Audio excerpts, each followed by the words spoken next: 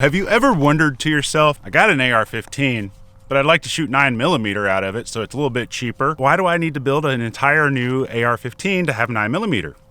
Well, you don't. What you get is an upper and this mag block right here. So I don't know if you guys saw my last video on this, but we've been testing out this FM Products side charging 9mm upper. And we tested it on my Angstadt Arms lower receiver, which is a Glock mag compatible 9mm receiver.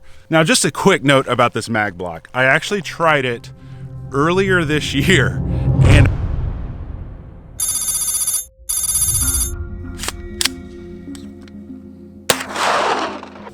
okay, so this is what I'm noticing, is the casings are actually getting jammed behind the magazine. This is an OEM Glock mag. And that's what's happening here. So I'm not sure what that's about, but screw it.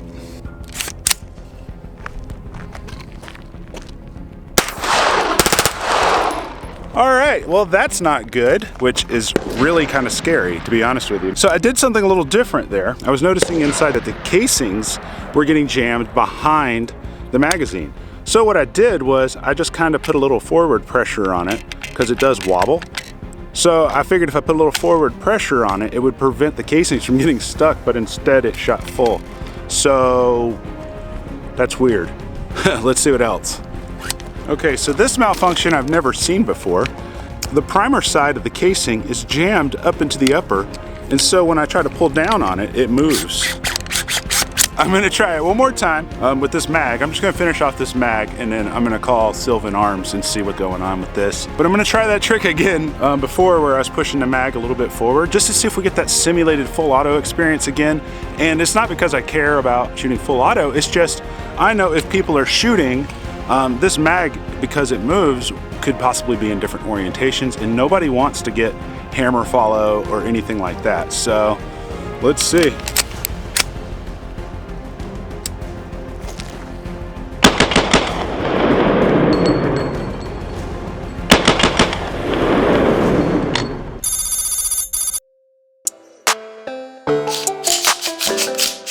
All right, guys, so we are going to be talking about how to convert any AR-15 to shoot 9mm. So you're probably already wondering in your head, number one, why on earth would you even want to shoot 9mm out of an AR-15? Like, what purpose does that serve? Oh, that sucks for home defense, whatever. Well, there's actually a couple of reasons you might want to. Number one, it's cheap to shoot. I mean, you can get 9mm right now for like 15 cents a round at some places. And number two, it's great for people who are new to guns. Maybe you don't want to build a 22 caliber AR style rifle. Maybe you want something that's got a little more, that packs quite a bit more wallop, but still be able to shoot on the cheap. And that's kind of where these pistol caliber carbines kind of come into effect. The third reason is over penetration. You know, if you're going to use it in home defense, you could fill this mag up with hollow points. By the way, it does accept Glock mags. You fill it up with some self-defense rounds, but now you don't got to worry about over penetration going through walls, maybe hitting another family member, because now you have a lower powered carbine. But let's talk about the actual conversion itself. Before we even get started, there's going to be pros and cons to this one. There are some that are a little bit better, and I will include links. If you check the first link in the video description, it'll take you to another page where you can find all the links. It'll be the first link in the description if that's something you're interested in. So this right here is a 9mm mag block. We'll dive up close here in a second, but in a nutshell, it is a mag block that locks into your lower receiver. This mag block specifically works with the standard lower receivers, you know, for 5.56, 223, 300 blackout, not so much for the larger lower receivers, but essentially all you need to do is get a 9mm upper, your standard lower, and this block, and you can use Glock mags and shoot 9mm out of it. With all that being said, let's dive up close, let's take a look at this, and then we're gonna go over the range footage, the reliability of it, and some issues that I've had with it, as well as the pros and the cons. All right, guys, so here we are up close. This is my hybrid build. I've already done a video on this FM Products 9mm upper, as well as this Palmetto State Armory lower that we did a complete build with. So, you know, I'll put links down in the description for playlists and stuff so you can watch those after this video. The main focus of today's video is this 9mm conversion block from Sylvan Arms. So if you just have a standard AR-15 and you want to shoot 9mm out of it, you just get a 9mm upper with bolt carrier and barrel and all that, as well as a mag block of some kind. Now this is a OEM trigger. This is their nickel coated trigger that came with the Palmetto State Armory build kit. I'll put links to this build kit below, as well as this upper, as well as this mag block and everything you see in this video if that's something you're into. So this is what it looks like up close and personal. There is some cons to this, which we'll talk about here in a little while, especially when we go over range footage. But essentially, it goes inside your magazine and it adds a spot so you can use Glock magazines. And then it relocates your mag release to the front. So when you grab it, just like that, it slides out, seats in place. Now, one thing that is interesting is I haven't had any issues with OEM or the ETS group magazines. They've all been functioning flawlessly with it. So let's jump up top. Let's go over how well it cycles, if I had any problems. We're also going to be talking about the pros and cons of this in regards to how it works and the price of it. Then we're going to talk about, knowing what I know now, would I buy it or not? Back up top. So that is what it looks like up close and personal. Let's talk about how it performed at the range. FYI, I've had this mag block since about February, and I took it to the range. I will try my best to find the footage of it because I did get footage of it, but it's been so long, I got to sort through my hard drive, see if I can find it. I actually had some issues with it, and those issues were it simulated full auto fire if I tweaked the magazine incorrectly. Well, first I was getting a lot of jams, and then I started playing with this mag. I started pushing it forward, pulling it back, things like that, and it started simulating full auto, which honestly, like, I guess in some respects, some people might think that's cool, but in this kind of an instance, that's not what you're looking for, you know, especially if it's not something to be expected. So that is definitely a con, and I figured out what the problem was. The problem was I was using an aftermarket trigger in that lower receiver. Now, for those of you who aren't aware, a lot of aftermarket AR triggers aren't compatible with 9mm. However, the problem that I had was, in that point in time, I didn't have any OEM triggers in any of my lower receivers that I could put a short barrel on top of. But when I built the Palmetto State Armory AR-15, I had an OEM trigger again. So I took the mag block out, went back out to the desert, and this is how it performed.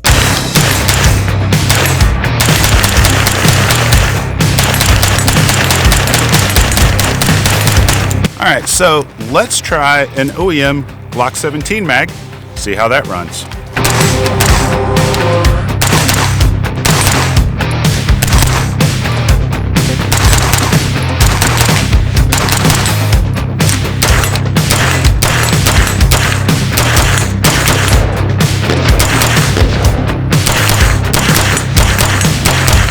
And then I even put a mag in it, and I started holding it like this and tweaking the mag to try to recreate that full auto simulation, and it didn't happen.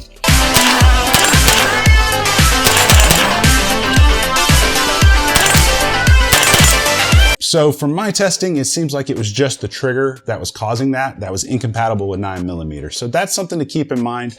If you are wanting to convert this over to a 9mm, try to have an OEM trigger in place. The only other aftermarket trigger that I know works really well is the Hyperfire trigger. That one will work with 9mm, as well as this Elfman tactical one that is made for 9mm. I'll put links for those below as well. Now, the next con to it is there's no last round bolt hold open. So, you know, as you can see, when I charge this, there's no ammo in there.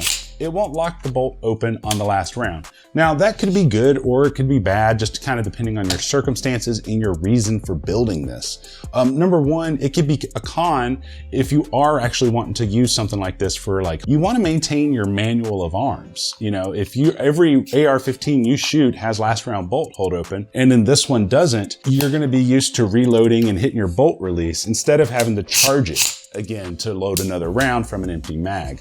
So that could be a con. However, on the flip side, if you're just looking for a range toy, maybe it could be fun. You know, maybe you just like to shoot your AR-15, but, you know, spending 28 cents a round on 5.56 223 on the cheap side, maybe that's a little too rich for you. Well, you could just pop one of these into there, buy a 9mm upper, and call it a day. Now, one of the other cons, which isn't specific to this mag block in particular, it's specific to pretty much all the mag blocks, is they have to relocate your mag release to the front right up here.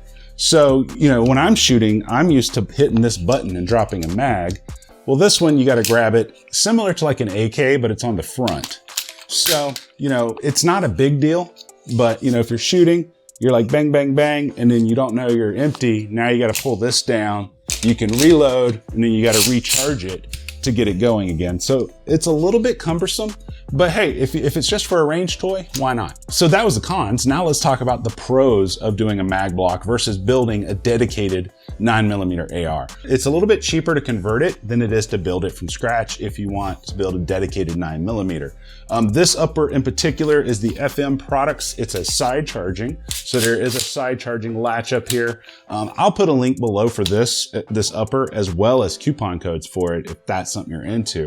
But this is a dedicated 9mm upper. That is something that you will need to do. This upper comes with the bolt carrier. It comes with the flash. Everything's already assembled. You just pop it onto a lower receiver. So you could literally get away with swapping it for a couple $100 cheaper than just building one. Now, the next pro is it does accept Glock magazines. And some people say, well, why is that a pro? Well, if you're not a Glock guy, if you're not the kind of guy that shoots Glock, then it's probably not a pro for you. But for all the people that do shoot Glocks, they got a ton of Glock mags laying around.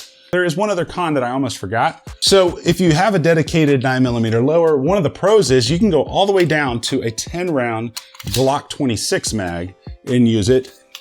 And this is on my CMMG Banshee. I've done multiple videos on this. I'll put a link to the playlist down in the description so you can watch it after this.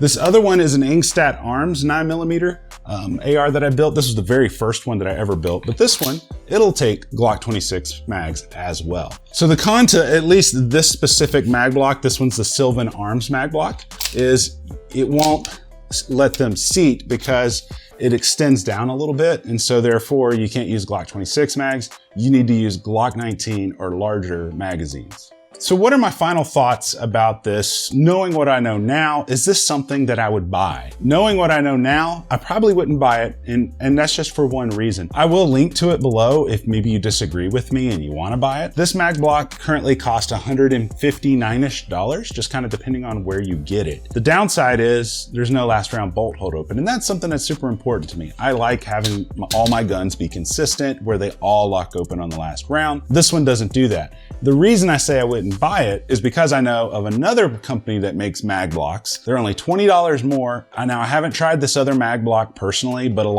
there are a couple of other gun tubers who I trust who have tried them. This other company is basically the same thing, but it does have last round bolt hold open, and it's only $20 more. In addition to that, with this other one I'll put a link to it down below so you guys can check it out. But to this other one, they also have it for Smith & Wesson magazines as well as Glock magazines. So I think that's kind of nice. Like maybe you're not a Glock person, maybe you want to use Smith & Wesson mags. That is a great way to go.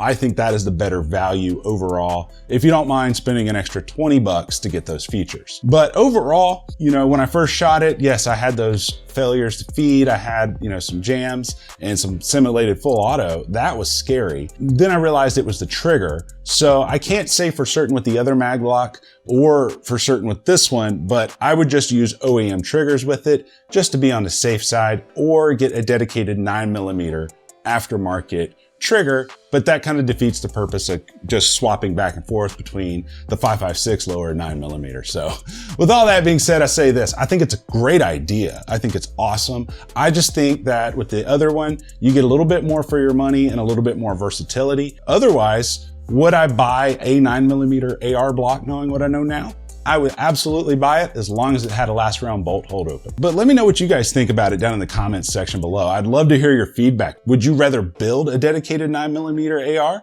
or would you like to convert your existing one so you can get out a little bit less expensive? But until next time, guys, I love you, and you guys stay sexy.